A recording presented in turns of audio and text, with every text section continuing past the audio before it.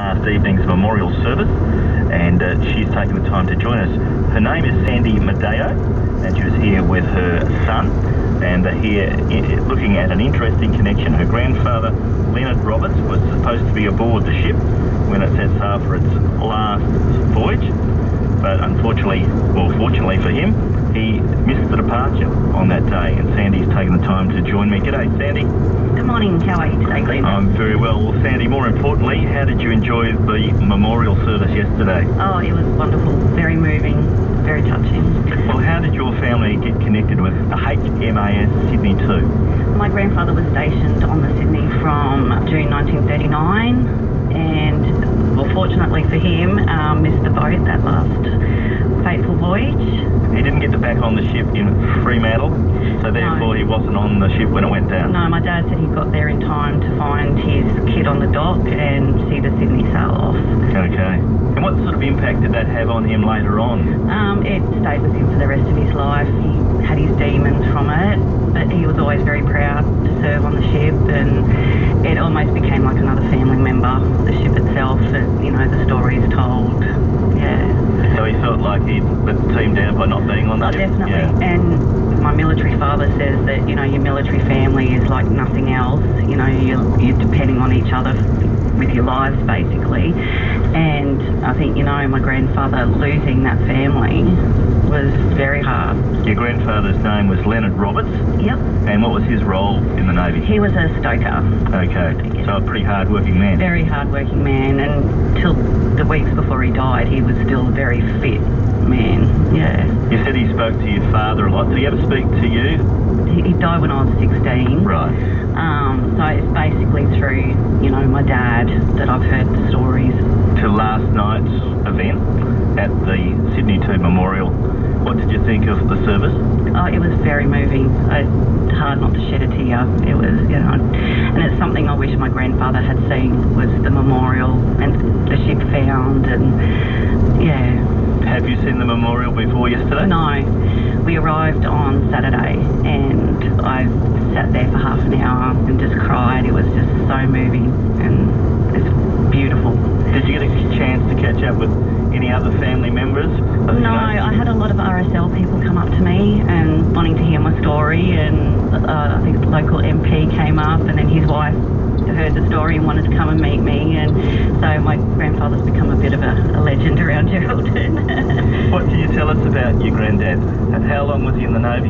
In the early 50s, I think. Got posted to other ships afterwards, obviously, And you mentioned your dad is also a military man? Yes, he was in the army. Right. He did 2 tours of Vietnam, and then he retired from the army in the 80s. And what about your son David? Do you think he might go into the military?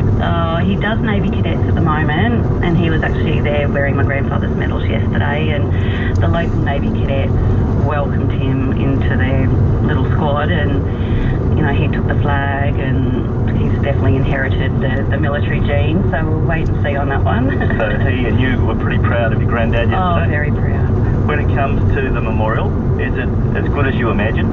Oh, better. It's just, I can't find the words. It's just breathtaking. You were relatively young when your granddad passed away. What sort of a bloke was he? What did he appear to be to you? He was a very proud man, very, very proud man, and had a lot of pride in his, you know, service. And did he always go to Anzac Day services and those sort of things? Definitely. Yeah. So will you come again? I hope so. I've fallen in love with Geraldton. We both have, and yeah, just would love to come back. And of course you come from a pretty special place yourself. Yeah. Which Sunday? Early Beach, yes. How long have you been there? Well, once my dad retired from the army, we moved back there because that's where he was born and bred. Right. My grandmother was from the Proserpine area, which is close to Early Beach, and we're actually in Perth when my dad retired. We went back there, and I did schooling and everything there. So you knew Western Australia because you'd spent some Yeah. time here before? Yeah, and my son was actually born here. Right, so he's Western Australian, we'll claim him. In Perth, yeah, my ex-husband and I came over for a year and he Yes. was born while we were here. Oh, very nice. Yeah. It's been a valuable trip and one you're pretty proud of being able to I can't celebrate. wait to go home and tell all the family all Very about good. it. You've got Yeah. some lovely memorabilia. Anything Yep. in particular that stands out for you? You've got the medals there and There's, you know, a lot of history. envelopes from letters my grandfather sent from the Sydney and my grandfather's naval records, and yeah, you can see where he missed the boat and he got 60 days detention for it. And part of his punishment was to actually wear the Sydney cap Wow. and have people ask him. Why he wasn't on the ship. Yep. But you wouldn't have been here No. today without your granddad missing the ship. Yep, and he went on to have 7 or 8, I can't remember, you know, sons and daughters and, you know, countless grandchildren. So it is very bittersweet.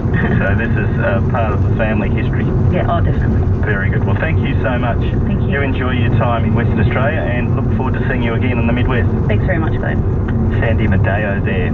Her son was also with her, David Rapkin, and they were here to celebrate the ceremony at the Sydney 2 Memorial yesterday. The life of their granddad, Leonard Roberts, who was a stoker, as we heard, and he missed the ship, fatefully for him, but it paid on his mind from that time on. If you were at the service yesterday and you've got something to add, something to share, feel free to give me a call, 1300 501 222.